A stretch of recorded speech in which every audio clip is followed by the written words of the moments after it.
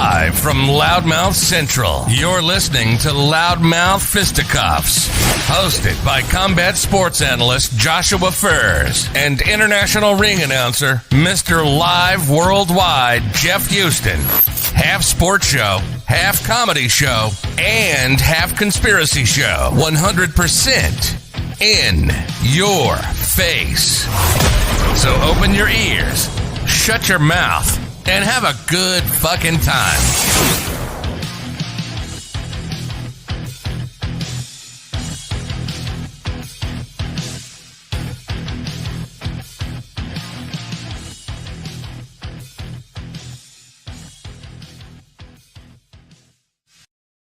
Episode 43, Loudmouth Fisticuffs. Oh, you got a little drinky drink tonight, Jeff. Guys, thank you so much for joining us, Loudmouth Fisticuffs, episode 43. Holy tamale. We've almost been doing this almost a year, Jeff. Can you believe that shit? Almost a year. Where I think May, no. It had to have been March. I don't think it was May. It was like March. I'll look it up. It's damn close.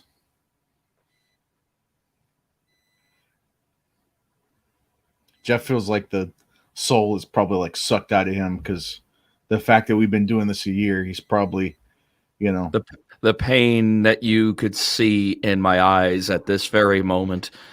Oh my God, it makes you realize that hell is a very real place, and apparently hell comes in number 43 at Loudmouth Fisticuffs.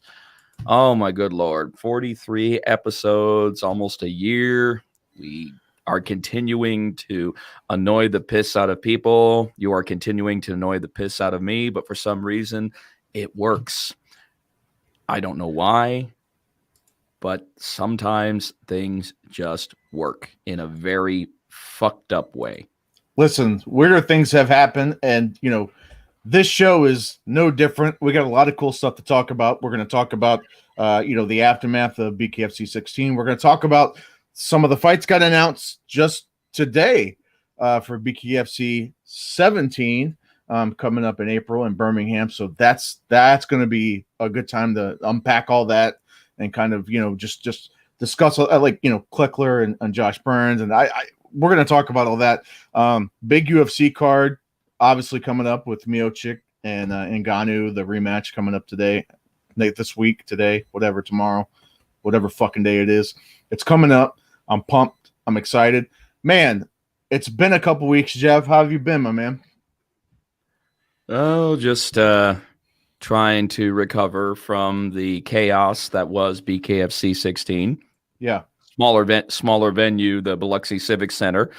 But packed as much as we could pack it under COVID regulations and restrictions, which was still pretty badass. Yeah. A lot of interesting stuff going on there. There's Mr. Zion Tomlinson Sr. Zion, what's up, my man? Zion, congratulations again. TKO victory, round number 1 over Tyler Hill. Yes, sir. Good stuff. Good stuff. So therefore, Zion continues to make his mark in the bare knuckle fighting world. We're proud of you. We're proud of you for that. We're proud of anybody who steps into the squared circle. It doesn't matter win, lose, or draw. It's not an easy thing to go step between those ropes. 100%. That's a different. I mean, if you notice, we have someone manning the ropes, and even though that there's steel cable and they're a little harder to lift, we still have someone manning the ropes to lift it for the fighters. And I see that as a sign of respect to the fighters. Yeah. Because you don't see any other combat sport where there is a manned individual lifting the ropes for the fighters. Now, like I said, it's a little harder because of how those big steel cables. But I think there's also a nice, as I said, respect there. Right. For the fighters coming in. So 100%. good stuff, man. App was awesome as always. Sean and I swear Sean Wheelock and Chris Lytle are just getting so much better as a broadcast team. Every time. Every time they find something new and awesome to talk about that they didn't talk about at a previous BKFC. And I want to give a very big congratulations and shout out to my very, very good friend Sean Wheelock, who has just hauled down a brand new job with Triller Fight Club. He is actually going to be the rules and regulations person on. And he's been wanting to do this for quite some time. He's pitched this particular job to so many different other combat sports promotions, and he's thrilled that he finally gets the opportunity to explain how the sport works to our new fighters, because you have to look at Triller Fight Series. The way that the promotion is structured is to bring in new fight fans. Right. So he is there to kind of guide them through the unknown territory of professional boxing for those who aren't, necessarily, hardcore, livid boxing fans. But seriously, Sean, congratulations to you, buddy. I couldn't be happier for you on that, man. No, 100%, man. And, I saw when he posted that, and, just being involved with Triller, and they have that huge, the huge card coming up, obviously the Holyfield Tyson card. And, on May 29th. Yep. Yeah, so there's some interesting things happening. We were talking about it before, and we've talked about this before, but the era of, like you said, the money fights and the weird super fights, the celebrity, whatever makes the most money is what's going to happen. It's not so much about the, competitiveness of fight. It's what's ever going to draw the bigger crowds. It's a new dynamic on Prize Fight. Yeah. It's not the same, I mean, you can't look at rankings, you can't look at position. You really have to look at the popular vote. You have to look at the popular vote, and we all know during the Ben Askren fight, we definitely know who has the popular vote. We understand that Jake Paul definitely has that ridiculous social media following and such, but he's really starting to be a good heel. I mean, whether or not eventually he'll be able to back it up against a true fighter is yet to be seen. But as far as playing the heel role, he's doing a great job. Yeah. Oh, 100%. And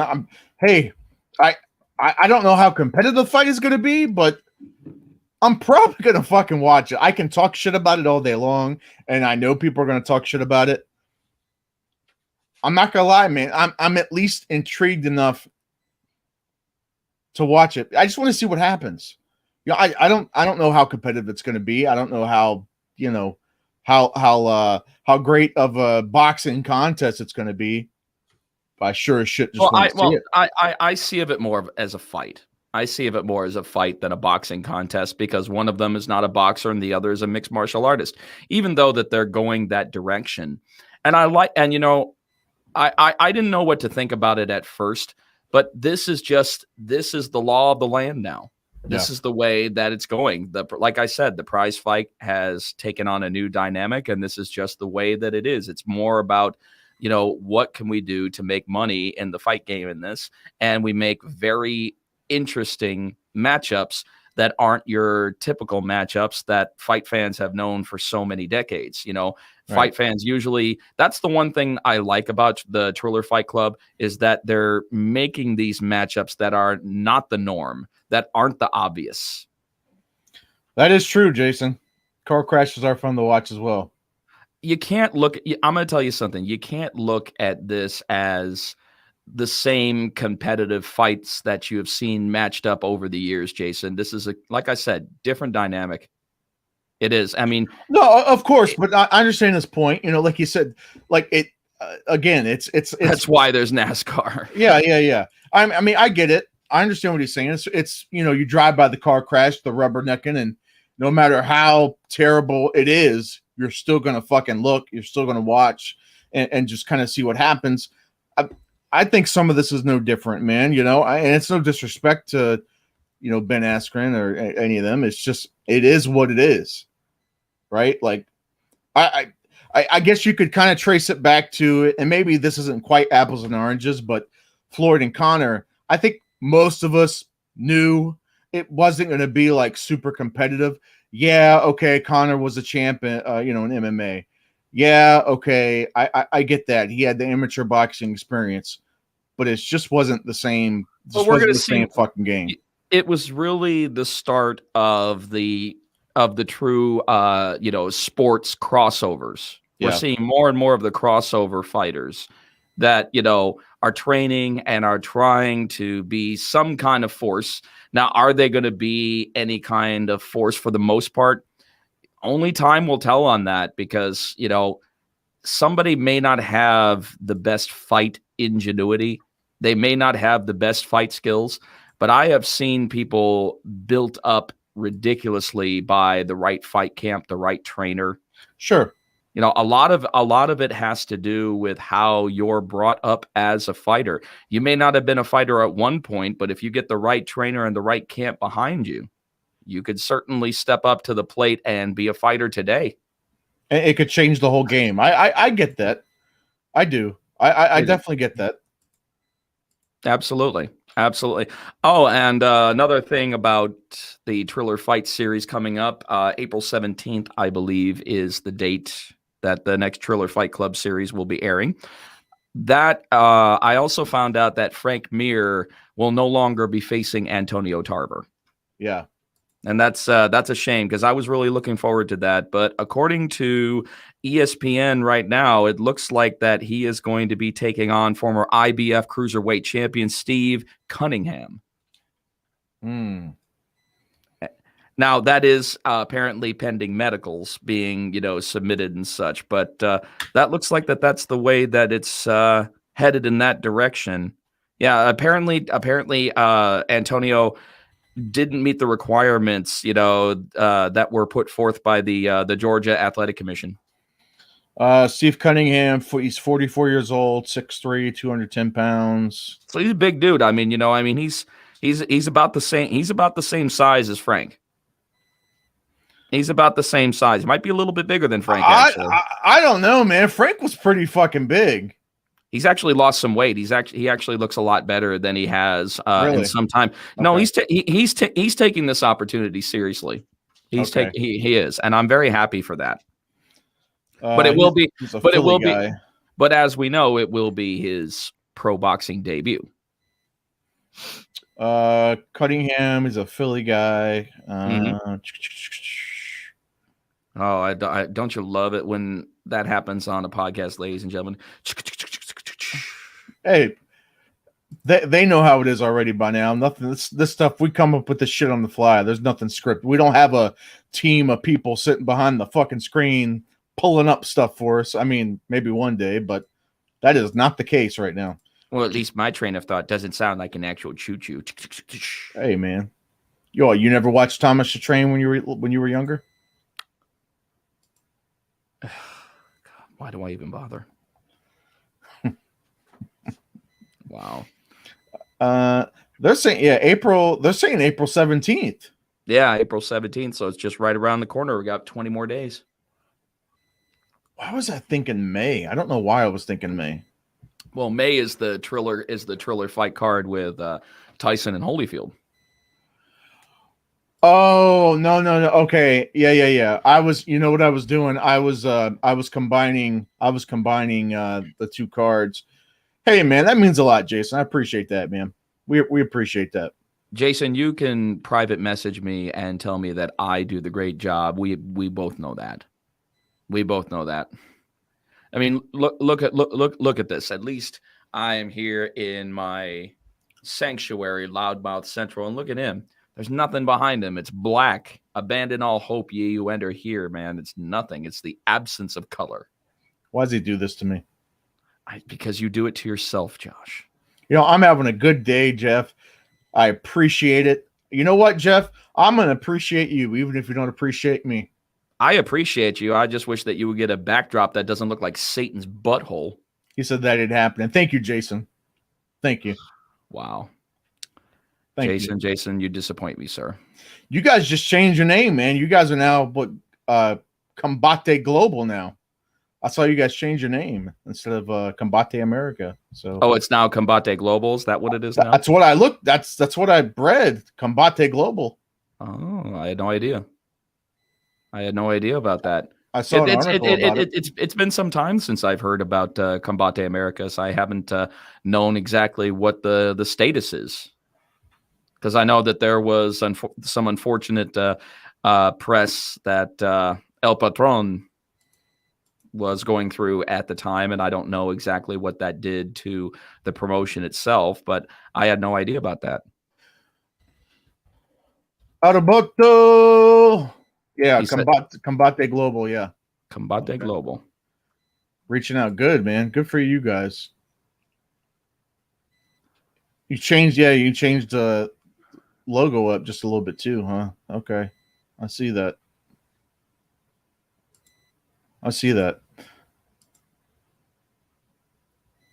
That's old news. Oh, sorry, Jason. Sorry, that's old news. Sorry. Jason can be, he's a little touch and go, isn't he? He's a little. Well, I mean, it doesn't bother me. I mean, if you're not getting ribbed on by somebody every day, it's not a good day. I totally get that. Combate Global. So yeah, it looks like that. It looks like the logo is similar and such, but okay, very cool. So that's the direction that they're going in, and interesting. So real quick, we're going to jump into some BKFC action, guys. Please share the stream, like the stream. Whatever you could do to help us out, we'd really appreciate. Just spread the word a little bit. Just take a second. I'll wait. Just take a second. Hit that share button, and we'll pause just for a moment. And I'm not going to pause. I'm not going to pause for any moment, man. I wait for nobody, not even you. Let's go ahead and let's get into the meat and potatoes. Let's talk about the fun stuff. And we're back, guys. Thank you for hitting that share button. Oh my God! See, he completely and totally. I can't stand motherfuckers who tune me out. Okay, it's life. Life is loud. Let's see. What was that, Jeff? Yeah, what was that, Jeff? All right, let's talk about the card. We'll start up from the top. We'll start up from the top, and we'll work our way down.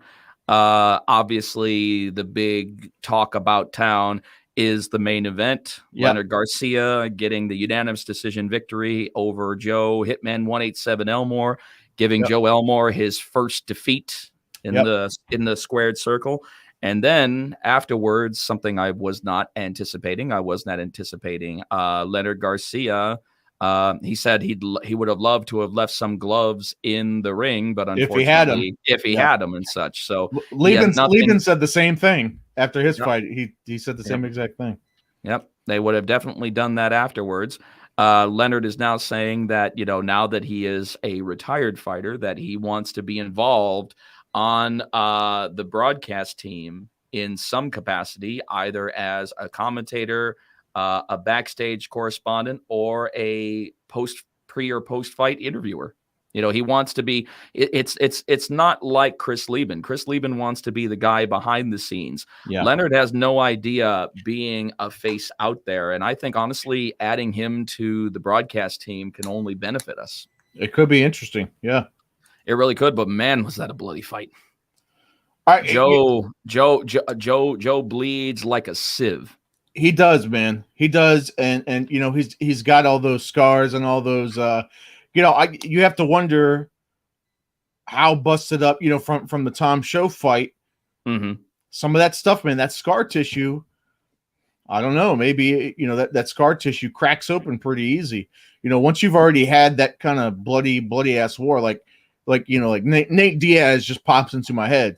There are certain spots on his head and above his eyebrow. When he gets popped, he starts bleeding like a stuffed pig, and it's just because it's a stuck pig. It's not a stuffed pig.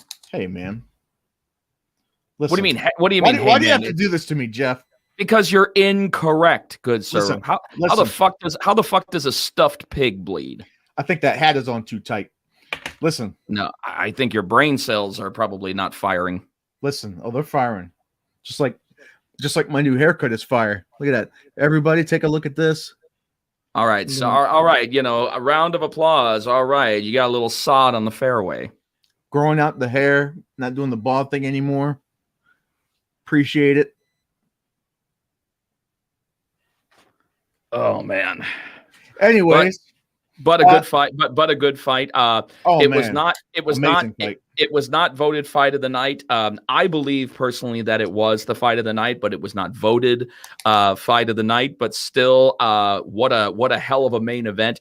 You always are concerned sometimes about the main event living up, because the main event obviously is the one that you want to hit out of the fucking park. That's the one that you want to have all the fans leaving talking about the main event, because, you know, that's why you have certain people in that position for the main event. And this was no exception. This was no exception to what people expect out of a BKFC main event. You know, the damn, hey, look at this. There he is. Easy, educated hands. My man. Oh my God. We were just getting ready to talk about easy, educated hands getting the corner stoppage victory over a 2-time light welterweight world boxing champion. That is huge.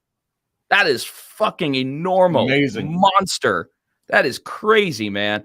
I think that he could have, I mean, even though we were talking about this, Reggie, and, you know, DeMarcus said, I know my body.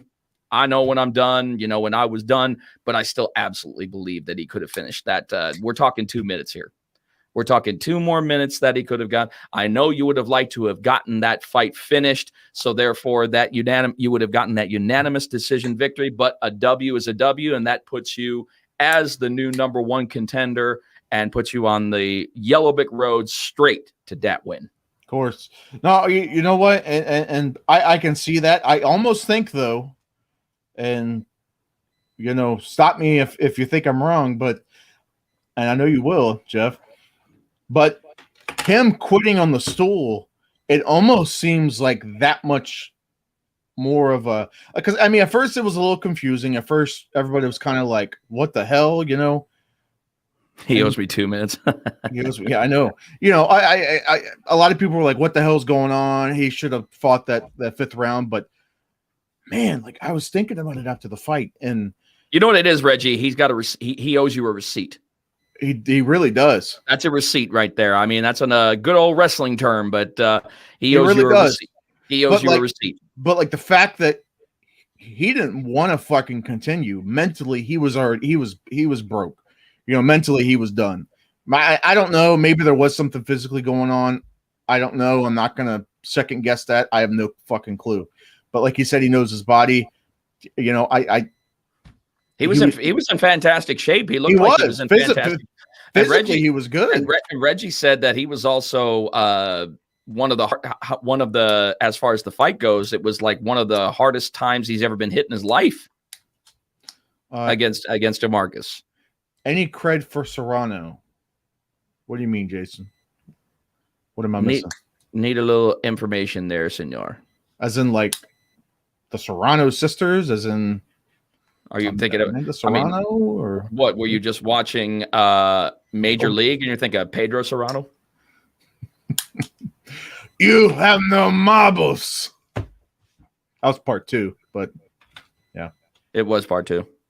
You have no marbles.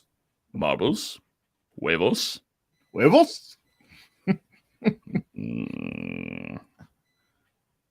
I don't understand any cred for. I don't understand your question, Jason. Amanda Serrano. Know who? We know who she is. I don't understand your question. Please to explain. I've talked to her on social media, like personally. I've told her I'd love for her to cross over to bare knuckle, but she said there was just, I don't know if it's like a money thing or what. I have no idea, but either a money thing or a timing thing. A lot of it also has to do with timing. You know, you got to come in at the right time, and I'd love to see her. I'd love to see her. Well, I'm going to tell you, once we get past, I hate saying, I'll tell you, I say that so many fucking times. I sound like a fucking broken record. My vernacular is so much more impressive where I have to keep repeating everything. Oh, right. Sorry. Go ahead, Jeff. Go ahead. Yeah, she fought. Oh, we're getting to that. We're getting to that.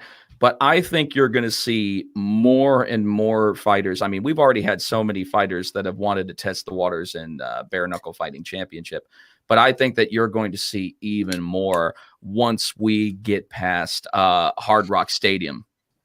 Hard Rock Stadium is going to absolutely change the game for us. That right there is a bona fide game changer. I mean, I thought that Knucklemania was going to be the bona fide game changer, and now Dave Feldman has stepped it up. Again, he stepped it up to, and we're talking anywhere between 10 to 15,000 people. That's going to be nuts. Well, it's going to be the most attended, the highest attended bare knuckle fight of all time. Of all time, I don't think that there's ever. I don't think BKB hasn't even come close to those numbers. They haven't got. I know that they do at the O2 Arena, but they work in the ballroom section of it. Not right. in the main. Not in the main. Yeah. No, it's not in the main arena. Right. So no, that'll actually be another first for bare knuckle. The Hard Rock Stadium in Miami. Yeah, that'll be for BKFC 18. 17 is 17 next month. Right. 17 in Birmingham. Month, 18 in May. Yeah. 18 in May. And also good news this summer. Apparently we're going to be heading to Texas. Yeah, and California is what I'm hearing. Arizona, California area. I am amazed that we got California. I thought that California was going to be one of the very last ones because you remember there's been a couple of BKFC documentaries, but if you remember, the commissioner of the California State Athletic Commission, man, he was not digging bare knuckle. So It sounds like that maybe he's had a change of heart. Or maybe he's had a change of heart and he could see the potential. Oh, there's nothing but potential. He could see the potential in the local economy stimulation. Well, considering that live fights are now finally returning. Right. Are now finally returning to that. So, yeah, most definitely. But, no, we got some big stuff coming up this year. And this is going to be a defining year for BKFC. I mean, every year we always do something, but the way that we're going, we only have one way to go, but up. Just when you think that you're at the summit, it's just another ridge, and you've got another 2,000 feet to the summit, and so on and so on. It's basically a never-ending Mount Everest, is what it is. It's just when you think you're at the top, you're not even fucking close, man. There's just so much more, and we're so new, we're so young in the game, but I've never seen a combat sports promotion that has covered the ground that we have in under 3 years. Nobody. Not even the UFC. Not even the UFC covered this much ground in less than 3 years. Not like this. But honestly, you can probably thank the UFC. You can probably thank these big sports promotions for somewhat paving the way. Sure. Because it started people on the idea of gratuitous violence within the fight world. Yeah. And this one is definitely more gratuitous than most. Yeah. So I think you're spot on with that because when the UFC first came along, the human cockfighting thing, blah, blah, blah. And it freaked the fuck out of people. But they had to restructure. See, that's the interesting thing about it. Think about that. Sure. They actually had to restructure or they weren't going to make it. We don't have to restructure. We don't have to. Sure. And with the, I think when they really started to, with the uniforms, I think it helped to bring I don't know. It just brought a different. It brought a sense of order. It brought a sense of order to it, is what it did. Yeah, brought a sense of order, and the fact that everybody is you're kind of used to it now. I mean, yeah, sometimes there are some nasty knockouts, but you're kind of used to it for the most part. And I think bare knuckle coming around. It's a combat sport with 4-ounce gloves. What the fuck do you think is supposed to happen?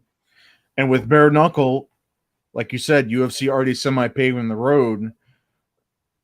I think people are already. I agree, Jason. I agree with that. People are already desensitized a little bit more compared to 20 years ago, compared to 25 years ago when all that stuff was just starting because everybody was still like, oh my God, oh my God, that man is knocked out cold. Whereas now it's kind of like, yeah, fuck him up, knock him out. Now if you don't see a knockout, the fans are like, they're wanting blood. They're wanting like a fucking shark in the water. They can sniff it. They can smell it. And well, don't count out the cancel culture as of yet. They're going to find something else to be pissed off about anytime soon. It always happens. 100%, Jason, 100%. No, they have, but no, they can't. Trust me, the cancel culture is out there. Let's see what we got here. We were going to talk about that, Scott. We were going to talk about that. We got the national tryouts. Yeah, we got the hall. Yeah, it is. It's the biggest Hall of Fame induction ceremony ever. We're covering 2020 and 2021. So it's going to be pretty big. And then of course we've got the first ever bare knuckle. How cool is this? The first ever BKFC tryouts in Knuckletown, USA. That'll be something. That's pretty fucking cool. I'm going to tell you something, Josh. I don't care who you have to kill. I don't care who you have to blow. I don't care what you have to do, but you need to get your ass on a plane or behind the wheel of your car, and you need to make sure that you have your happy ass there, because we need to do definitely a live Loudmouth Fisticuffs from Belfast. I think I'm going to drive, because I was looking at it's only flights the flights into Buffalo. Well, no, but I think it's only like a 6 or 7 hour drive for me, which 6-7 hours ain't shit. It's not a deal breaker. Once it kind of gets past that 8-9 hour mark, then it's kind of like, oh, it fucking drags on. But like 6 hours, 7 hours, and plus I can probably shave off, some of that, especially if I go, in the middle of the night or something. Yeah. Just leave in the middle of the fucking night and be up there like 7-8 in the morning, something like that. I think that's no, you're gonna like it. You're gonna like it, man. Belfast definitely rubbed off on me, and I can't wait to get back there. May 20. Well, I'm gonna get there early. We're probably gonna get there a day early. I just have to see my work schedule. I have to wait for some work shit to come through. But other than that, because if the tryouts is on a Saturday, which is what I'm guessing, right? No, wait. It says it right there. Hall of Fame induction weekend, Memorial Day weekend, Friday, May 28th, and Saturday, May 29th. So yeah, I could probably come up there like early Thursday, or like late Wednesday. All right, now we're starting to bore our patrons by we're talking, man. Come on, we're fucking discussing shit. This is what we do, man. Well, let's go ahead and let's discuss a little bit more bare knuckle. We'll get back to that in a second. Let's go ahead and continue on with our synopsis of BKFC 16 and talk about a very interesting fight to me that I was excited about, and seeing the return of AJ Adams. Wow, we saw AJ get fucking technical. I mean, well, we knew that. We knew that. It's just that we hadn't seen it in so long. He already had that technical prowess, and now he's obviously added that KO power too, which is fucking dangerous. I mean, he was already a dangerous guy before, but now that he's added, that element to his arsenal. Now it's only a matter of time before he gets right back in the hunt to reclaim that BKFC World Heavyweight Championship, which is definitely a possibility. Especially, I think he's there, man. I think I know they're having that fight with we're not interested, Scott. We're not interested. We've got it covered, man. We want to keep people happy, not bore them, not put them to sleep. And besides, now he's upset. I can't believe you're now awake. He doesn't want to talk about it. I can't believe you're still awake. This is way past your bedtime. It's 10 o'clock. Exactly. But we know Kleckler and Burns is going to be for the number one contender, right? Okay, so we know that here's what's going to happen. I don't know if it's going to be for the number one contender. It says it in the because it says it's an eliminator, but it didn't say what position eliminator would be if it was going to determine a number one contender. It says okay. Title eliminator. All right. Yeah. Well, there you go. Then that's going to be. So yeah. I'm wondering is are we still going to go ahead and get to see Shoemaker contest against the Mexicutioner for the heavyweight strap as previously advertised? I don't know. I know that was the wasn't the original planned for April. That was originally planned for April, right? Joey Beltran and Sam Shoemaker was planned for the main event for the Birmingham show. I don't know what happened with that, but I don't know what's going on with that. But now I see this title eliminator as our main event for BKFC 16. So I'm not too sure what happened there. I wonder, since it is a title match and, it could be some fireworks, maybe Dave decided to move it to, the Miami card, the big stadium card, just to kind of. It very well could be. Just to add that, because it is a title fight. A title fight always adds that, it very well could be a little bit extra. So you never know. Honestly, you never know. I mean, Dave has got this, never-ending bottomless pit bag of tricks.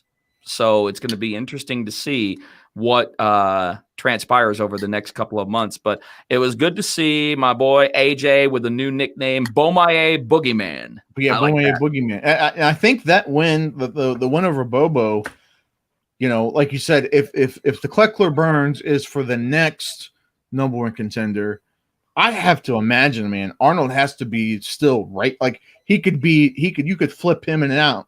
Him or Burns, or like you could flip these guys and substitute out, because I think he put himself right back into that picture. Oh, I think so. Absolutely. It's going to be interesting to see what happens with. Absolutely. And if we're talking about the next fight on BKFC 16, nastiest injury of the night, in my opinion, and that was with Caleb Harris and Noah Cutter. Yeah, man. Oh man, that was a nasty nose slice. Let me just tell you, I was right there when the doctor stopped that, and I'm never a fan of doctor stoppages, but yeah, I know. It's not that they overlook him. It's not that they overlook him. It's just we didn't hear much after him after Chase Sherman. We just didn't hear much from him. So I don't think he was, overlooked. He just kind of took himself out of the limelight. Yeah, I think he just kind of disappeared. He's not extremely active on social media. He's not at all. No, he's not one of those guys that, talk shit about people or is all braggadocious. Oh, no, he does, but he does it in his own way. Yeah, but like he's not the same. Let's just say the other extreme would be like, let's just say, like Brandon Lambert, right? That's the other extreme. No, he doesn't go to that extreme as far as his shit talking game. He's just a very low key dude. I think this time around it was non-existent. He was just so quiet, so collected. I remember him in the ring when he was waiting for Bobo. All he did is just circle. It's like a shark waiting to close in. We talked about that, Scott, last week. I talked about that, 100%. How I do think that people were, maybe some were kind of overlooking him a little bit, but with him and Bobo, I knew he was going to be hard to fucking hit. Like AJ makes himself very, very unhittable. He's got that weird, awkward counterpunch style, which obviously now he's fucking knocking people into another dimension. He's going to add that to his resume as well. And that's scary. So that's scary. That's a scary thought, man. He dropped Sam. During his title fight. So we know there's knockout power behind those. I just think that what happened with Chase Sherman, I think that was just an unfortunate day that he was off his game. Well, I think it was just one of those back to the drawing board kind of moments, and it happens. Yeah. And it happens. Everybody goes through it. He went back and he made it look easy. Yeah, he went back to the drawing board. He came up against Bobo. Bobo's the kind of guy. I do think that Bobo needs to rely on a little bit more technique. Even though the guy is definitely a haymaker central, and I have no problem with that. But I do think on the technical side, a little retooling could actually benefit him moving forward. Really get those solid combinations in. I'd really like this. I'd really like to. I know his new nickname, the Bible Belt Brawler. The guy's a brawler and such. But now what's happening with bare knuckle, and this is already happening in less than 3 years. We're already starting to see people pull 180s on their original fight game. Yeah. We're seeing people absolutely redefine themselves in a very short amount of time and come back a completely different fighter with a completely different game plan. Yeah. Very, very, very cool. But, that was unfortunate for Noah. I did see some, I swear I saw straight to the bone and possibly even some cartilage separation. That was nasty. That was nasty. Caleb gets the W, round one, at the conclusion of round number one. Unfortunately, they weren't able to continue on that. Caleb gets that W. His record is starting to look better and better, which I definitely wanted him to kind of level out so we can get those W's way above those L's, which he's doing. Well, I was going to say, I know a lot of us who were watching it on, the app on TV. It didn't look as bad on television because the camera didn't really get it that much. It just kind of looked like a cut on the nose. And no, not only was it cut, but it was broken. Well, right, but on camera, am I wearing pajamas? God, you're the last person to ever question what I wear. I don't know what Jeff's wearing. I don't even bring it up anymore. I'm gonna tell you right there, super dry, right there, baby. What does that mean? Dry. Super dry, man. That's a Tokyo clothing brand, man. Good stuff. Would you pay like $100 for that shirt? Not even close. More? No. I think I paid maybe $23, $24. Oh, I thought you were going to tell me something like retarded, like $300 for a shirt. Oh, no. I know where to spend my money. And the last thing you seem bougie like that, Jeff. His wife's, oh God, you're one to talk, man. Your balls belong in Judy's purse. Come on now. Don't even get me started on that. Don't bring up any balls in anybody's purses. Let's keep this. Hey. I will go ahead and say the same thing. I will say the same thing that I've always said. He started it. Let's keep this PG. I am just better, need to bring up anybody's balls. Faster, stronger, and definitely more handsome than he will ever be. We don't need to talk about anybody's balls. We can go through one night. Oh, it's easy not to talk about his balls. He'll just tie him around your podcast salad. He'll just stretch out and tie him around his calf. Which Scott, the $300 or the $27 or whatever? Dude, we've already been past that. So let's okay. So what I was saying, like the cut on TV, a lot of us were, when it showed it, and because the commentators at that instant, that moment, no one really, we didn't really know the extent, and it's just fight stop. It was bad. Whatever, was bad. Right? So, but now that I've seen it and I've seen some of the pictures, and I'm like, shit. So a broken nose plus a nose slash on top of that. It was nasty. That just shows the power in Caleb's hand. And I tell you what, man, Noah, I think he would have fucking continued. Like if they would have gave him the choice. He was still in there. He was still in that fight. Yeah, but I'm going to tell you, when you're looking at that nose practically flapping over, man, that could have been so much worse. If they had let that continue. Yes. There he is, Mr. Tom Shoaf. Yes, we are talking about Noah Cutter, Mr. Tom Shoaf. My man, Tom Shoaf. Oh, yeah, his nose was nasty, man. That was not a pretty sight. That was not a pretty sight, but unfortunately, in combat sports, we've definitely seen some relocated noses. Now, we've seen some relocated noses, and unfortunately, that was another one.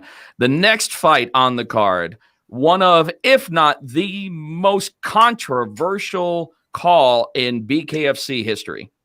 I think that's fair. I definitely think it is. Scott O'Shaughnessy getting the TKO victory over Melvin Gillard. And I'm going to tell you what, the situation, what's that?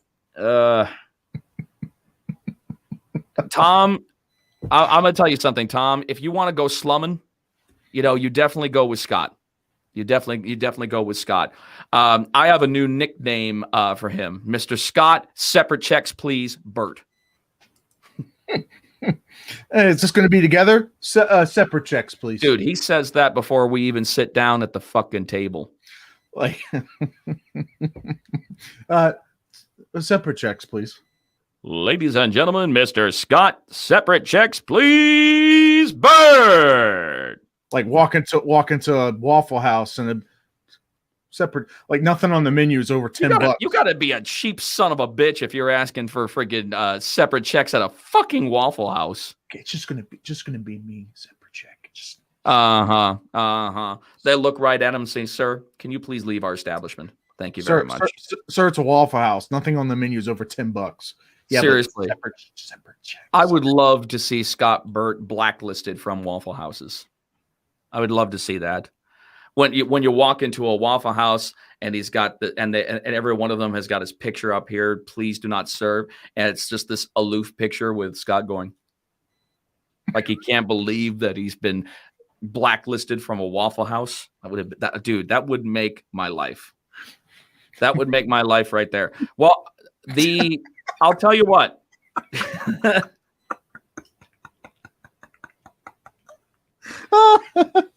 Yeah, that's funny. That's funny. Cheers to you, Scott. What is that, man? What are you drinking? You never told me. What is that? Pacifico. You bougie bastard. The guy is so bougie. Love you. F you, Jeffy Poo. See, this is what happens when you don't give an old man his depends. He gets all wet and squishy, and he's very upset. He's very upset. Just ask your nurse to change your depends, and everything will be better, old man. You have a nurse, Scott? Oh yeah, he does, man. Yeah, that nurse is all about Mr. Incontinence over there. Yes. Oh my God. Jesus Christ. Oh, okay. Right. Melvin Gillard, Scott O'Shaughnessy. Let's talk about that. 46 seconds. The situation is that we had a boxing and MMA referee that did not understand the dynamics of bare knuckle fighting championship and therefore called a stop to the fight as opposed to recognizing a knockdown and laying the standing 8 count.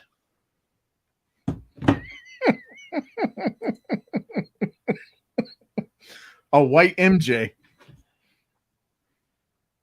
Does it feel good, Scott, knowing that you have no sense of humor whatsoever? None. You don't have a clue. Seriously, man, I'd rather watch paint dry than listen to your jokes. Wow. How does that feel? Gosh. Anyway, but that's what happened. That's what happened. We had a referee that did not. And I'm not going to mention names. I do know him. I actually worked with him 2 weeks prior to the BKFC 16 card. I know it's like something Hughes, isn't it? Yes. All right, fine. I know it is. All right, fine. It's Keith Hughes. Yes, that's Keith correct. Hughes. That's right. Yeah. Yeah, it's out there. It's already out there. Well, Keith, I do believe that he showed up late to. I do believe he was not present at the rules meeting. So I know that he missed out on a lot, and that was a traditional MMA stoppage as opposed to a bare knuckle stoppage. So he didn't allow Melvin to observe a standing 8 count, which he absolutely should have. Melvin was absolutely 100% able to continue that fight. Oh yeah.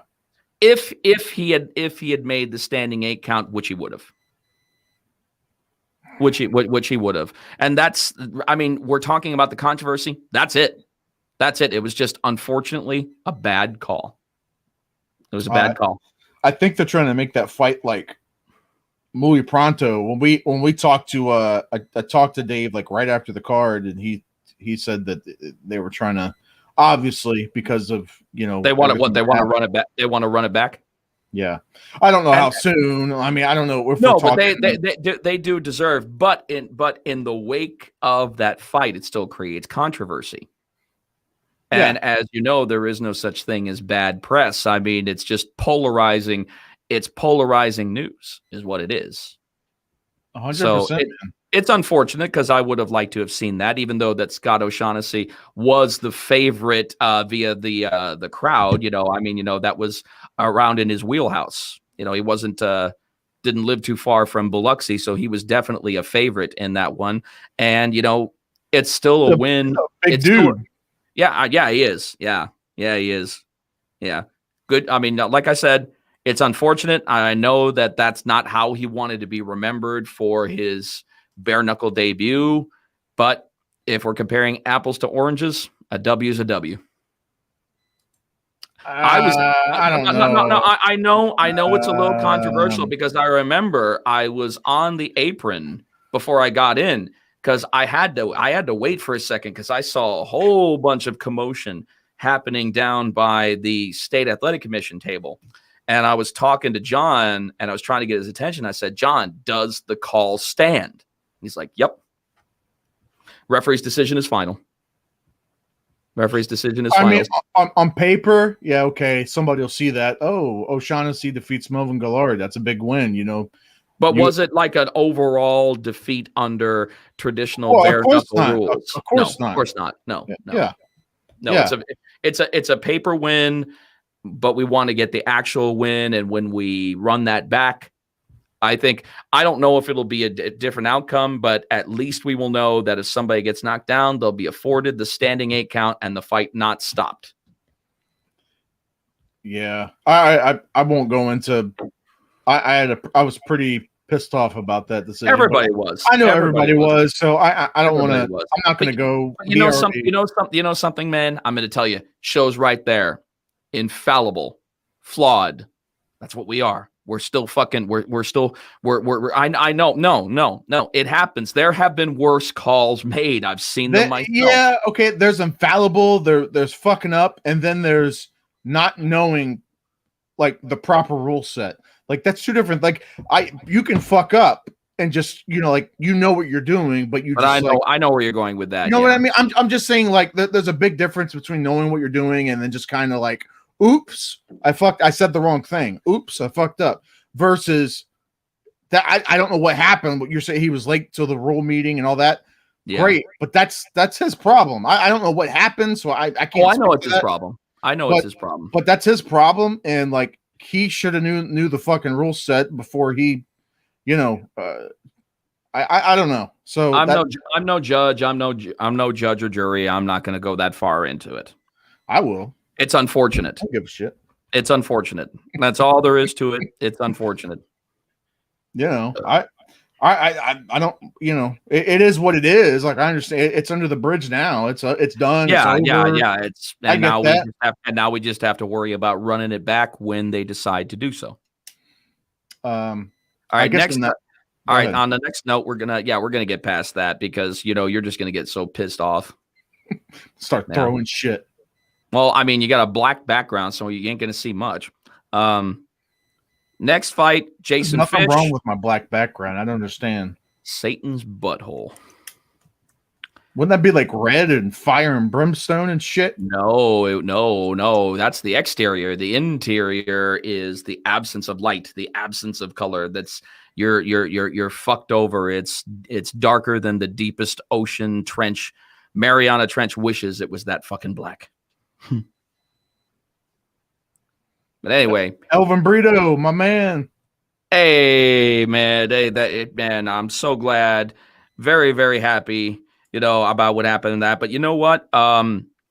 They got something wrong on this because they actually had Brad Kelly winning over Elvin Brito on MMAfighting.com. I don't remember that. No, but yeah. I don't remember that. You might want to go ahead and let them know. MMAfighting.com, you got it wrong. That is incorrect, good sir. That was Elvin Brito winning that fight. I've seen so much stupid shit that some of these other bigger sites will, because they don't really cover bare knuckle. They'll just copy and paste someone else's shit or just jot some shit down just because it, anyway. All right, let's get back on track. Jay Fish defeating Guard Your Grill, Adrian Miles. Minute 20, round number 3, TKO. I'm a fan of Jay. I'm a big fan of Jay. Jay's, he's got the look, he's got the swagger. He definitely has. He's definitely a glove fit in a gloveless world.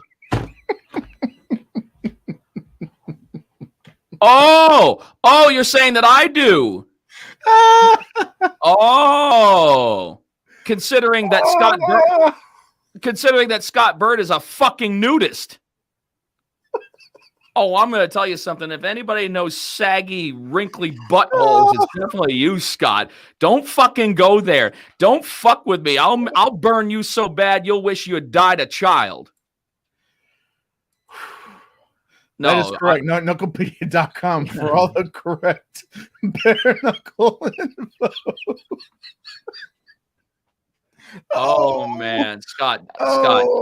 You are digging yourself into a hole that you will not be able to escape. So just don't fucking do it. Elvin, it wasn't way wrong because the old man has to forget he's around wrinkly, exposed buttholes more than anybody. Oh, my God. Yeah. All right. Okay. Jason Fish gets the win. Over, cut it out, man. Over Adrian Miles, shut the fuck up. You guys are talking about buttholes and I'm not talking about shit. Again, he started it. Oh, okay. The old man fucking started it. Now moving on. Hey, get a little professional, Kenny Houston. I'm doing fine. I'm doing just fine. Bar the old man from the comment section, and we'll be doing just fine. I can't bar. I'm not barring him from the comment section. Well, then be prepared what comes your way. Oh, I can. I have a block user button. I'm not going to do it though. I didn't know I could. I do. Yeah, I've kind of figured you would. All right, moving on to the next one, which ended up becoming the fight of the night. Yeah, David Diaz against Spencer Ruggieri. Yeah, very, very surprising. Two guys making their actual pro fighting debut. Both of them.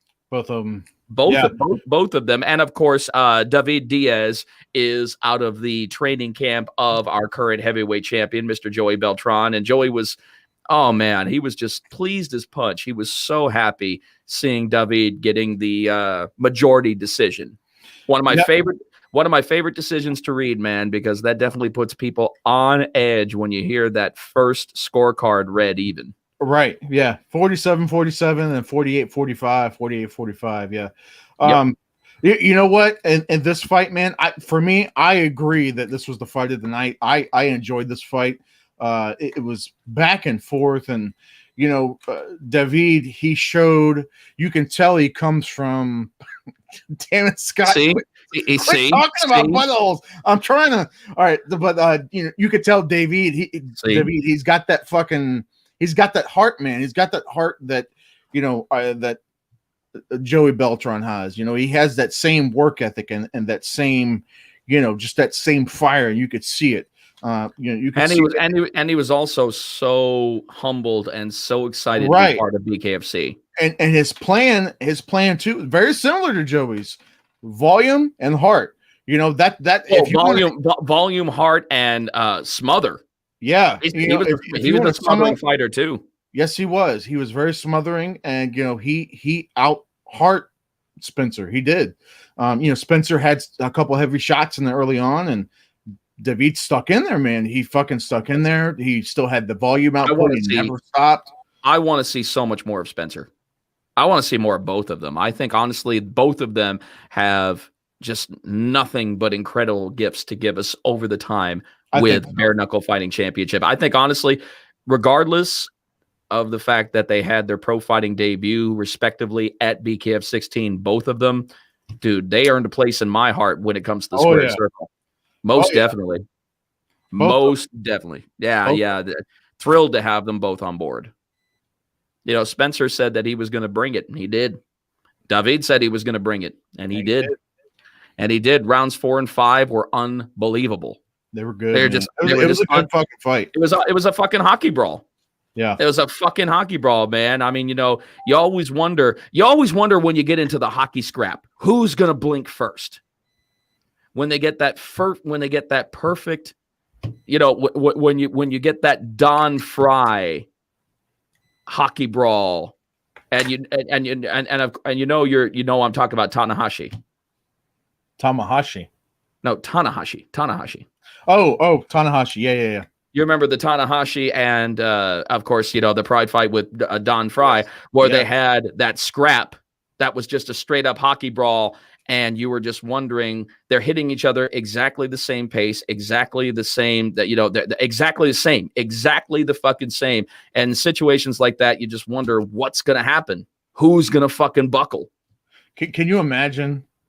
We're talking about We're talking about. Will you get that off the goddamn screen? Wait. We're talking about BKFC. We're talking about Don Fry. Can you imagine somebody just tuning in? Can you get it off the fucking screen? No, all right, you're making hold on. You're making me ill. And somebody like hops on and sees this. Get it off the screen. Get it off the screen. I'll come back when you get it off the fucking screen. Okay, I took it off. Take the other one off too. Well, but that's not what you said before. Take the Scott Burt quotes off the fucking screen. But the devil made me do it, Mama. The devil made me do it. Take them off and I'll come back. So wait, are you saying if I leave them on, you won't Take come them back? the fuck off, man. Scott, are you interested in a job? Stop it. Take it off. This is Loudmouth Fisticuffs. All right. That's off. Jesus. Oh, shut up. Continue on what you were saying without seeing that shit right there. God. Continue on your train of thought. The fuck was my train of? Oh, I was just saying somebody tuning in to see that, but we can move on to the next one. Elvin Brito defeats Brad Kelly, which is the proper result, not the other way around. That's right. Via unanimous decision, 48-47, 50-45, 49-47. Man, every time I see Elvin fight, it's, the first time I saw him fight, like his style is just, it's different, right? It's awkward, but it fucking works, and he never gets hit. I never see Elvin get hit. It yields results, man. If you're going to be looking at the perfect way to get in there, and that's to do damage and sustain, as less as possible, and that's what the least amount possible, and that's what happened. Yeah. He's. But is it just me or Brad Kelly look big over friggin' Elvin? Brad's a big dude. He looked considerably bigger. He looked considerably bigger than Elvin. Yeah, I don't think. You know what? His fight with Kane, was that at 165 too? Just out of sheer curiosity. I'm thinking so. I think it was. I just want to double check. I'm pretty sure that it was either that or a catch weight, but they wouldn't have announced a catch weight. Oh, speaking of which, we got some good news. We got some good news, Josh. Apparently, starting BKFC 17, we will finally have weight classes established. No more numbers. What do you mean? We will now have weight class names established for everything. Oh, so we're going back to that. We are. And I'm happy about that. I hate saying at a bare knuckle weight of and such. And, even though that it says like on some of the belts, it'll say like 155 pound, whatever, and everything like that. It'll still say that, but we will have 100% and they will not be changing actual weight class names. Are they going to be the same as they were, or is it something completely different? No, it's going to be very similar to what we had previously. There's a few changes. There's a few changes, but they're very minimal. So like 135 lightweight, or I don't know. I don't have. I don't have it in front of me, but I looked at it with Dave Jr. I looked at it and he showed me what it was. I should have I should have copied that down. But we are going to have definitive weight class names moving forward. And I'm thrilled about that because that's the way it should be. Because that's absolutely the way that it should be. So happy days moving forward. I believe that they were going to put that into play at BKFC 17. Good. Yeah, I'm good. Very, very good. Very good. Very good. All right, moving along. Zion Tomlinson Sr. getting the W over Tyler Hill. Zion making a name for himself in bare knuckle. Yeah. Yeah, he wants to be the what did he say? He wants to be the youngest champion in BKFC. So it's hard to argue with his two performances. You know, the performance he had at Toe the Line, and now this one.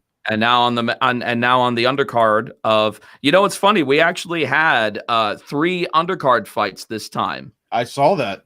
Yeah, I know that Elvin and Brad were on the undercard, but there were still a bunch of people apparently watching on social media, so we had that going on. What's going on? Ollie Wetner. Matt, what's up, man? What's up, brother? Scott, we're not talking about boxing, right? We're not talking about that right now.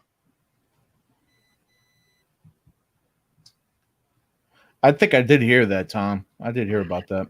No, I heard that. Yeah. I believe that. I absolutely believe that. And our first fight of the night, we had Ryan Jones and Eric Thompson, and maybe it was just me. It just seemed like, I don't know if it was over the top for Eric, but I did see Eric getting overwhelmed several times. Yeah, because that was where and struggling to stay on his feet. He didn't come back out after when round 2 was over, right? Well, it was an injury. It was an injury. Okay, yeah. So at the conclusion of round 2, it was but it just didn't seem like he had the heart in it, and it's a shame. But we do see that from time to time. Yeah. We do. It's unfortunate, but like I said, we do see it from time to time, and not every fight is going to be perfect. But if you're looking at the law of averages of bare knuckle fights as opposed to boxing or MMA, we are going to have statistically more exciting fights. We are going to have more exciting fights statistically in one show if you're looking at the show as a whole than boxing and MMA. You're going to have, when you come to a BKFC event, you're going to have plenty of fights to talk about that were on that card that you'll be talking about after. You don't necessarily get that in boxing or MMA all the time, but you do with us. Yeah. 100%. I've said it 1,000 times that the fights, once you watch a bare knuckle card, and more importantly, if you go to a bare knuckle card in person, that's it. That's it. You're hooked. Let's see. We can easily carry on a sideshow podcast here while Jeff runs his mouth and take this over. See? And you're calling me, everybody looks at me as the villain because I've got the snappier comebacks, but you look at me as the villain. Scott's been the antagonist the whole time. I mean, it's the same shit that happened in the fucking Karate Kid. Everybody thought that Johnny Lawrence was the antagonist, but all along it was Daniel LaRusso. Same situation here. Everybody looks at me at the bad guy because I'm picking on the old man. Well, the old man doesn't know Johnny was kind of a dickhead, though. I don't know. He was a dickhead. Well, I'm not saying that I'm not a dickhead, but he wasn't the antagonist. Scott Burt is an antagonist. He just doesn't know when to keep his fucking mouth shut. I'm going to tell you something. We can keep the peace, but you keep starting the fire, man. What am I supposed to do? I mean, I myself might as well be a big can of lighter fluid, man. I'm sitting here just fine until you fuck with me, and then I make the fire hotter and I burn your ass up. So just be careful there, Scott. Nobody wants to hear you talk anyway. I'm in. After they took me off their logo, I'm out for vengeance. Took you off their logo? What? What do you mean? Took you off their logo. We never took you off the logo. Huh? I'm scratching my head through my Kangol on that one. Please to explain. People still know. People still talking about when you and I took over. No, they're not, Scott. You are talking about that. You are the one that is keeping that alive. Nobody's talking about that. People still talking about when I took over the show. Oh, I know that the chicks in Karate Kid caused all that. You took me off. We did not take you off our logo. No, you know what? He's talking about you're talking about the Combat Insiders logo, I think. Well, that's a completely different thing, Tom. Well, get it right. So, he's talking because I've got this dual streaming on the Combat Insiders page too. So, well, talk to him. I'm not. I had nothing to. Fucking well, that's because that. I switched the name to straight up Knucklepedia, and it's just. But no, I have incorporated that. Trust me. Hold on a second. Hold on a second, Tom. You're a fucking bare knuckle fighter, and now you're crying in the breast milk because Josh decided to go ahead and take you off of a logo for some reason off of Combat Insiders that has nothing to do with Loudmouth Fisticuffs, and now you're asking for vengeance? Oh my God, dude. Like I said, you're a bare knuckle fighter, man. You're not allowed to take things offensively. You're not allowed. Tom knows. Much love. Of course we have love for him, but now he's all right. Well, there you go. You're damn right I am, Jeff. Okay. Well, then don't go over to the dark side, man. I'm going to tell you, going over the dark side never did anybody any good. It always ended up bad. It's going to be incorporated in other ways. Yeah. You're afraid of Tom Shoaf, aren't you? I'm not afraid of Tom Shoaf. I like Tom Shoaf. You are afraid of Tom Shoaf. I'm not afraid of anybody because I don't know. I got very few people. I like Tom Shoaf. Okay, you're afraid of Tom fucking Shoaf, and I'm not a dickhead. Second off, okay. Oh, you most certainly are. You most certainly. Well, are. to you I am, but you most certainly. I can be a dickhead, but the point is, I like Tom. I don't want him thinking. I like Tom too, but it has nothing to do with the fear of anybody. No, it has nothing to do with the fear. I don't afraid of Tom. No, I don't want Tom thinking we took him off the logo, like fuck you. We're taking. That's not. He's an adult. He's an adult. I'm aware Tom's an adult. Okay, apparently don't be not. A jerk. All right, I'm not being a jerk. You're the one who's being fucking afraid of Tom Shoaf. Because I trying to screw you, man.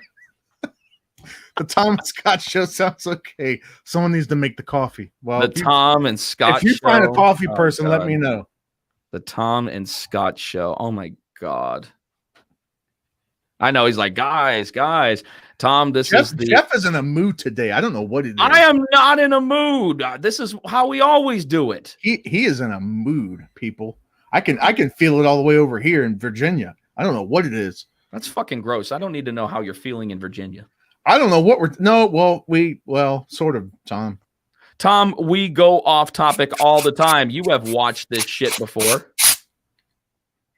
Are you cleaning out your fucking keyboard? Let's play Guess That Sound. Well, either that or you're getting a blowjob from a dwarf. What?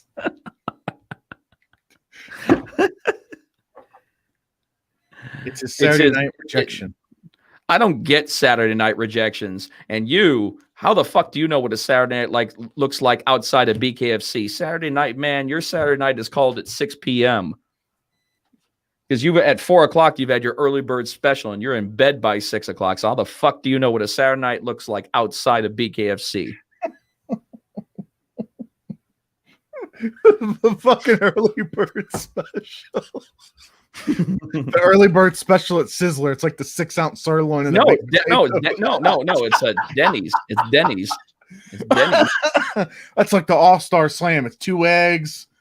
No, the Grand Slam. The Grand Slam. The Grand Slam. Hey man, I love the Grand Slam. Don't fuck with Denny's. It is Friday, Tom. He's confused old man. He's a confused old man. Like I keep saying, nobody wants to listen to me because they think that I'm being mean to him. But I'm not being mean. I'm being real. Okay? So just look. If you want sanity, you know what to do. Block him. What's he talking about? Don't make me bring up the smoking gun. What is that, Jeff? Like I'm fucking scared of anything that you have to say to me, old man. Bring up the smoking gun. What are we talking about here? I have no idea what he's talking about. He's probably thinking that, he's got that bullet saved from the freaking JFK assassination on me or something. I have no fucking clue. The magic bullet? The magic bullet. But his magic bullet, he likes to stick up his ass. Jesus Christ. I don't know if we've ever talked about butthole so much in one show as we have for episode 43 of Loudmouth Fisticuffs. Well, once you get middle-aged, I guess, you start talking about pretty fucked up shit. Last Saturday. Uh-oh. What happened last Saturday, Jeff?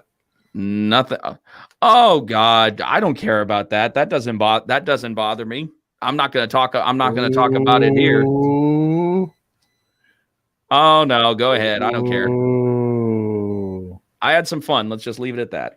What does that mean? Like I said, just leave it at that. I had some fun. What would cocaine and hookers? What the fuck does that mean? Well, maybe half a part of that. It's a picture dressed up like Oscar de la Hoya, dressed up like a woman. Isn't that funny how that's the go-to anytime that anybody thinks of like a transvestite picture, the one time that Oscar de la Hoya got fucked up and decided to look like a transvestite? I mean, here's the thing about that picture, though. I don't think that was the first time. I think that was just the first time someone took a picture of it. That he got caught? That's the first time he got caught. Like, he was way too convincing. It was, whatever. I don't know, Tom. And by the way, I don't give a shit. I'm just saying. Tom, I'm not into that stuff, actually, because I no, that's not it. That's not it at all. So just leave it at that. See, Scott, why do you have to go? Why do you have to do that? See, all I'm doing here is trying to have an awesome time here at Loudmouth Fisticuffs, and you start going like that. And like I said, you fucking started it. Right out of the gun, Stipe or Ngannou, the rematch. Who you got? You know something, man? I'm always a fan of cooler heads prevailing, and there ain't nobody cooler as far as the heavyweight division than fucking Stipe. Man, that guy, he has got his head on fucking straight. And I love it when he's also a fun interview because he's so fucking simple on his questions. So going to be interesting to see what happens from that. I want Stipe to win, but I'm kind of banking on Ngannou has corrected his mistakes. I have a feeling that Ngannou has created his mistakes, and every now and then you kind of come across a fight to where you get that preternatural feeling that he's next. Yeah, that's there's next. Like a shift in the wind, like a shift. No, there is. There's the wind of change. The wind of change. To quote the Scorpions. I think I want Stipe to win, but that was the rest of it, Tom. We went through the whole card. You missed it all. Yeah, we can't help it if you tuned in late. We started at the top. We started at the main, and then we worked our way down. You don't believe us? You've got an hour to watch back, but we both know you're not going to do that. So you can listen to the replay, my man. Instant replay, man. But yes, I do believe that's what's my fight was rescheduled for Mexico City. Oh, cool. April Scott, 24th. Scott, you are not going to use this platform to talk about some bullshit podcast, so cut it out.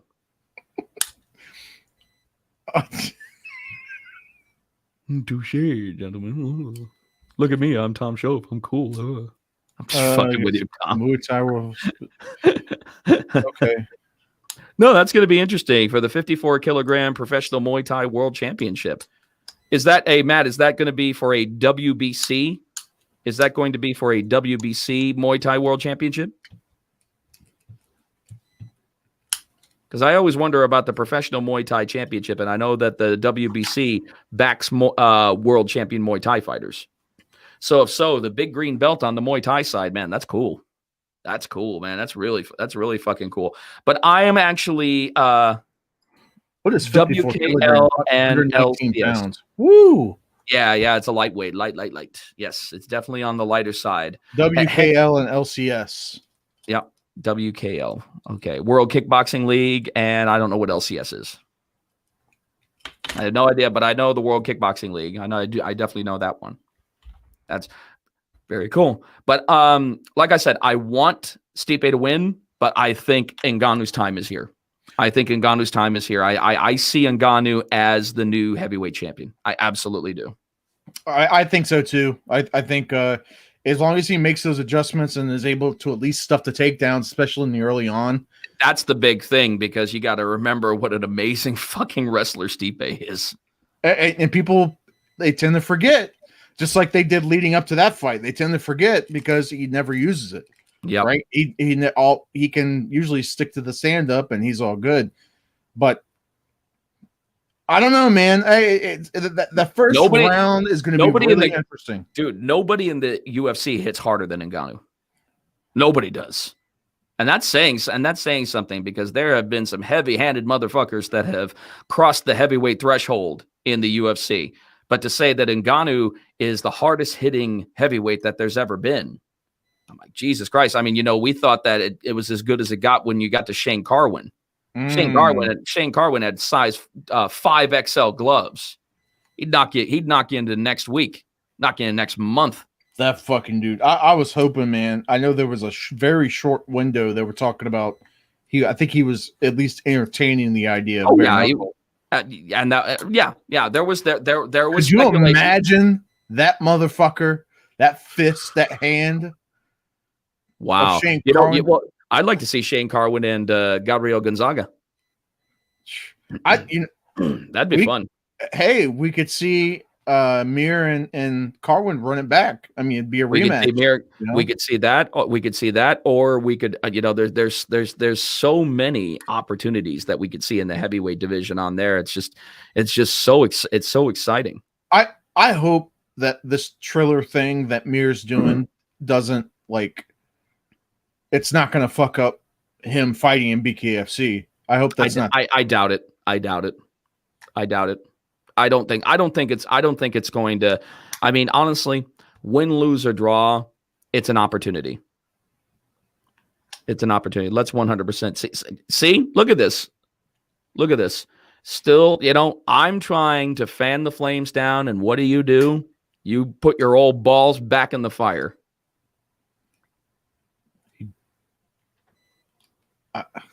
I'm trying to calm shit down. I actually am. Believe it or not, I am trying to ease your pain. But you just want more. You're a fucking glutton for punishment. And you keep fucking talking. So guess what, Scott? It's going to keep coming your way, sir. I'm not gonna put you under the bus. I'm gonna put you 6 feet under. Guys, by the way, check out the new haircut. I'm gonna throw everybody. Good segue. He's the master of the deterrent. Not right now, Scott. Not right now, Scott. You're fucking up our show. It's got the little fade going on. The whole. That's not a fade. That's your hair running away from your face. Look at this. Look at it. This takes time, man. Deterrent. Takes time. Detour. He might as well have that big orange sign right across his chest. Detour. Going that way. It takes time to look like this, all right? It takes preparation. Yeah, preparation H. Oh. Yeah. You're funny. Yeah, you're funny. Sorry. I thought you said something. Yeah. Whatever. Everybody's so good at tuning me out. Let's tune Jeff Houston out. Never mind the fact that he's funny, charismatic, and usually right about 100% of the time of what he says. Usually right about 100% of the time. You don't understand. You don't understand the irony behind that. Come on. No, I do. I get it. I spent all day driving Jeff to get his hair cut. Is that true? No, not all day. Okay, what happened was that my gal in San Antonio was not available to me because she got booked up, crazy. And even though that I've been going to her for over a decade, She did that. So no, pay attention to me right now, man. I'm talking to you about this. So what happened is that I took a chance in Biloxi about finding a place to get my hair together, because that's a big thing for me. I got to make sure that my hair's together for a show. So I found an old school barbershop on the outside of town. We went out there. Outside of town of Biloxi isn't that far. Biloxi isn't that big a place, and it was a great place. It was a barbershop that was run by three brothers, and they were all Marines. So it was just, one of those good old boys barbershops, and they did a fan-fucking-tastic job. Scott, one of the best haircuts I've had. Scott, I want you to answer this, not Jeff. When they walked in, did Jeff try to, you know who I am, right? No, I didn't. He wasn't there. He wasn't there. Scott wasn't there? No, he dropped me off. Okay. No, he dropped me off and picked me up afterwards and such. But hey, I was cool. I was cool about it because I talked. I'm the announcer at the. No, I didn't say it like show tomorrow I didn't night, right? say it like that. I said that we do have that coming, and not only that, the haircut was so good. Scott will vouch for this. We even did a promo shout out video with the guy who cut my hair, because I was hoping that we could put that up, and any of the fighters that wanted to get put together before the fight would have some place to go. I mean, for a little. No, it was a good fucking haircut. I didn't want anything in return. It was a good fucking haircut. You know how that is? Well, maybe you don't, because you're now experiencing hair for the first time in quite some time. But when you have the right one person who's been cutting your hair for a very long time and such, you get a little leery about possibly using somebody else, because you don't want them fucking up your due. It's just hair, Jeff. I'm going to tell you something. I got the best fucking hair out of almost anybody, almost any announcer that there is out there. Very few can fuck with my hair. I put so much into my hair. Yeah, go ahead. Go ahead and fucking fall asleep. Then I can actually get a show done. I was not hoping for a free cut. I even paid him before that. I was not hoping for a free cut. That is a lie. By the way, you know the fight's tomorrow? No, I did not. I did not. Saying. That is the biggest fucking bullshit ever. Of course I wouldn't do that. That's me. I'm doing it tomorrow. I am not trying to solicit BKFC for a free fucking haircut. Fuck you, Scott. You know that's not true. That's my show, and nope, I do not do that at all. I don't know who the fuck you are, but there's a lot of these fighters in town. I could recommend them to come to this spot. With all that smooth talking for a $20 fucking haircut. Jesus Christ, I'm not that cheap. Now, Scott Burt would do that shit. Scott Burt would be in there. I am the... Scott Burt would tell him separate checks. Please. Yeah, well, that's the first thing he'd say. Because he's so used to say it's just like a reaction, but he can walk into a hairdresser. How you doing, sir? Name? Separate checks, please. And they look around. It's just you, sir. It's just you, sir. It's just you, sir. Oh, of course it is. Force of habit.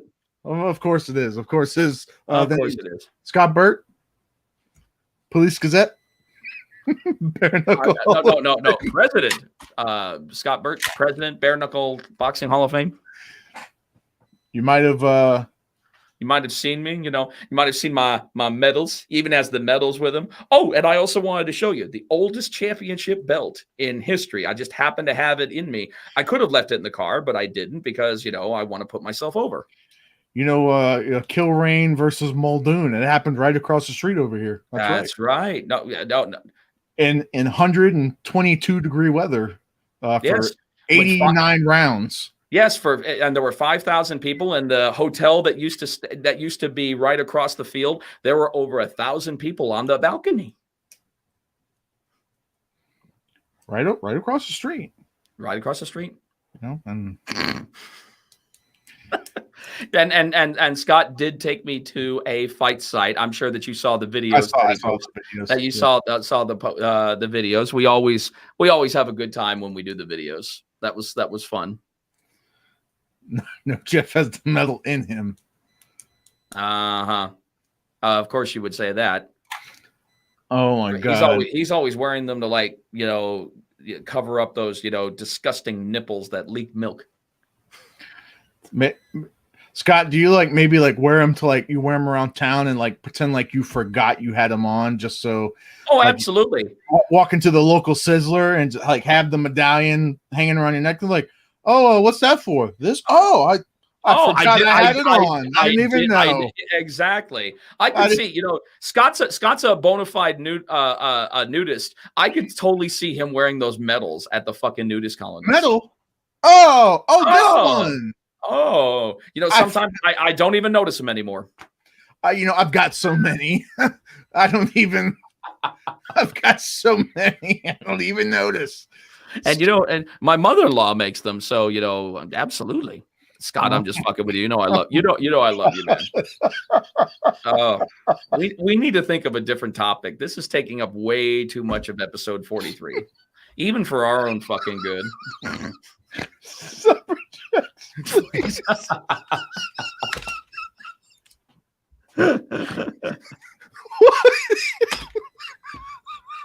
I wish that weren't true, but it is. Every fucking time. You know what? We have to go into a Waffle House, and Scott has to do that. Like, he has to like and make it a big deal. Like, whoa.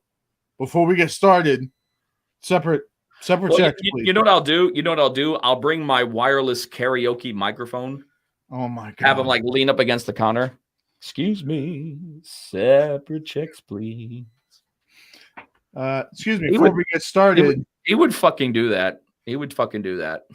I'm with them, but I'm paying for myself. And then he always bitches and complains. Oh, Houston never pays. I'm like, I never pay. You have a permanent reminder every time we go into a restaurant that you're only paying for you. Jesus. Well, if he does, maybe he'll like. I wonder if he like limits the menu. Like you go to Waffle House and, you know, walking in, Scott's like, oh, hey guys, look, don't worry. I got this. I got this. Just make sure that the hamburger that you get has no. Just make sure that the hamburger that you get has no bun. Okay. Look, I tell you what. Just to make it easy on everybody, it's not. No, it's not glued on. No, it's my hair. It's got I've got like a gel on it. Yeah, he needs a little sod on the fairway. I agree, Scott. No, it's like that. It's like that pepper hair. You know, it's like I'm growing it out, and then I got my first haircut today in like 15 years because I usually just buzz it. You're not helping, Scott. Oh my God! So too much fun. That's too much fun. We are laughing off calories here today on episode 43, Loudmouth Fisticuffs. For everybody that's tuning in to this absolute clusterfuck of a show, I mean, you know, but it's not the worst because we actually did a show once that I was so fucking blitzed that Josh actually had to tap out. Oh yeah, but nobody knows about that one. Well, because we never aired it. Other than what you've told about it. No, by the way, I do have it. I have it on my computer somewhere. He tapped out. He actually couldn't handle it. He pussied out. He absolutely pussied out. I was fine. I don't know about that. It's kind of. You could have made it happen, and we would have had history. We would have had seriously. It may have been ugly history, but it would have been history nonetheless. It's always ugly. History is always ugly. Well, no, I've seen some beautiful history, and, you know, we've been making a lot of beautiful history with BKFC. That's for damn sure. A lot of beautiful history. Oh, my God. Jesus Christ. Bare knuckles and blood, but, you know, I mean, you know, ugly to everybody else. That's true. God, Scott, Jesus Christ. Talk about breaking down the... Do you know about breaking the fourth wall? Fuck. That is true. God. You guys are no fun. You guys are no fun. Seriously, man. All we're trying to do here is to... Josh has never left his chair in a rage, though. Well, maybe if he had to pee, I don't know. I have no fucking clue. All right, let's talk. Looks like that we're getting close to probably our wrap up time. So let's talk about what's going on. What else is going on, Josh? What else do we need to? No, you don't win. You don't win. We don't need to talk to you anymore, Scott. You've taken up way too much of our time to begin with. So what else is going on before we sign off from episode 43, Josh? I mean, man, like I said, UFC's this weekend, of course. BKFC 17. Coming up in April in Birmingham. We knew about the Dylan Kleckler, Josh Burns main event. We knew about that. They also announced Mike Richmond versus Marcel Stamps, which this is fucking interesting because, Mike Richmond, who just a few weeks ago, they were advertising him for the BKB card to fight Sweeney and over in the UK. So a lot of shakeups, something happened. I don't know, but hey, I'm glad. He's got a good look. A good look. I'm fucking glad he's over here. And of course, we've got another fighter from the pond that's making his BKFC debut. And finally, Mr. Godbeer, Mr. Mark Godbeer, the Hand of Godbeer. Happy to finally see that whatever was happening. I mean, you probably know more about the hearsay than I do, but it's just so glad that that's behind him. Yeah. And now he can focus on representing the number one bare knuckle organization in the world. What's going on, Mr. Travis the Animal? We always need the animal. The animal is a necessity in bare knuckle. You have made yourself the animal in every possible way. We need him every day of the week when it comes to BKFC. Every day. And Travis, even if you're not on the card, I hope that you're going to be there in Alabama because that's going to be a first because it's the first card. It's the first state sanctioned legal bare knuckle fighting event in Alabama history. It's the first. I love it when we go somewhere and it's the first time that we've done it because that right there is a big old history stamp. Oh, I'm sure you will. I definitely don't doubt that. I don't doubt your resolve on getting where you need to be. Yeah, I think I have. I think I've got the next two shows locked down. If anybody's wondering or cares, or what do you mean you got the next two shows locked down? To be there. Well, of course you're gonna be there. Why wouldn't you come to Alabama? And why the fuck wouldn't you come to our biggest show ever in May? By the way, too, if people are listening, you can fucking fly to Miami for like dirt cheap right now. Literally from Richmond, round trip tickets $87. No bullshit. Can't beat that. No, it's going to cost it. It would probably cost triple if you drove. If I drove down there to Miami, it would cost triple easily. If you're talking fuel and food, fuel and food easily. Episode 43 brought to you by Bare Knuckle Hall of Fame. Please join Josh and me Memorial Day week. You know what? I'm Jeff Houston and love Scott. Separate checks, please. Scott. He's acknowledging his nickname. Good. Hey, that's good. While we're on the air and while he's watching, you know what? And maybe we can figure this out. We could talk later off the air, but airing the fucking Hall of Fame thing, man. I'm just saying. I think it needs to be like recorded and aired because I don't think the last ones were they? Have they ever been recorded? I don't think so. Like I think stuff like that should probably be like documented. Well, eventually it's going to be an event, so it'll be live. Well, that's what I'm saying. It'll be live at one point. It should be. I mean, honestly, it should be. I'm just saying I could be that guy. Is all I'm saying. Oh, that's an idea. I mean, if they want to entertain that would be an idea too. Yeah, if they wanted to put it on the BKTV app. But I'm just saying, if you want to do something like that, Scott, maybe we could figure something out. Maybe put it. I could stream it live on the Police Gazette page or something. I don't know. I just think it should be documented. Like it should be. No, I agree. I mean, it's now becoming an event that's going to be a can't miss event, especially for the, not only for the inductees, but for the casual bare knuckle fight fan.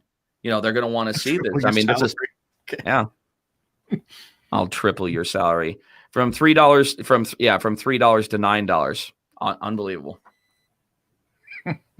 Separate checks, please. Check, please. But yeah, we can talk about that later. But yeah, yeah, sure. Yeah, sure. We just won't talk about the numbers. Yeah, right. You guys are like that fucking RoboCop. You're like that RoboCop movie. I'd buy that for $1. Because that's all you. Hey, I can't help it if you're getting one-figure salaries from Scott Bird. I don't know, man. Well, if you want your Popeyes chicken sandwich, by all means, go get it. Hey, don't fuck with Popeye's chicken sandwich, man. I like Popeyes chicken sandwich. It's just now we know, you know. Which, by the way, random, KFC came up with like their own chicken sandwich now. I had it. It's okay. I had it today. I enjoyed it. It was okay. I prefer Popeyes. Yeah, we'll check with the marketing and the accounting department. We'll get it all figured out. We have already disproven that. We have already disproven the accounting departments, the new buildings, I'm waiting. I'm surprised. The buildings are done. They're done. They're finished. They're finished. Ladies and gentlemen, that is going to be the end of episode 43 before we start getting into ludicrous speed, which is definitely the route that Josh is heading in. So I'm going to go ahead and I'm going to call this one in the end. Yep, there's his girlfriend in the back. You want to see the puppy? Oh, come here. Oh, he's giving me a hard time. Well, of course he is. Oh, and we got 3 more views because everybody's like, "Oh, look at the cute dog." Look at the puppy. He's like, get me out of here. He's not, obviously, he's camera shy. But he's doing one thing that I'm liking very much. He's blocking Josh's face, so I'm very cool with that. I'm very, very cool with that. All right, Josh, let's go ahead and let's take it home. Episode number 43, talking about all kinds of stuff. Scott Burt monopolizing way too much of our fucking time. Like I said, we have definitely got to put a restrictor on him.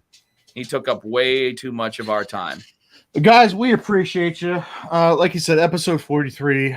Wow. You know what?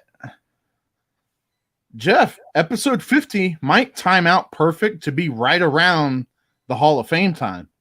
Could be. I mean, how fitting would that be to do? We turned 50 at the Bare Knuckle Boxing Hall of Fame. Yeah, that's pretty cool. It might, because we're 43 and 44, so we're March. That's close. That might work out. We shall see. We shall see. That might work out. Guys, we thank you so much for tuning in and putting up with us, and we appreciate you. Please smash the like button, share button, all the good stuff you know already what to do. Smash it real good. Smash it real good. Smash it real good. Seriously, man. Real good. If not with this, then take whatever God gave you and smash it with it. Real good. That's Mr. Live Worldwide, Jeff Hughes, and I'm Joshua Furs. And unfortunately, that's all we got. Peace out. We're out.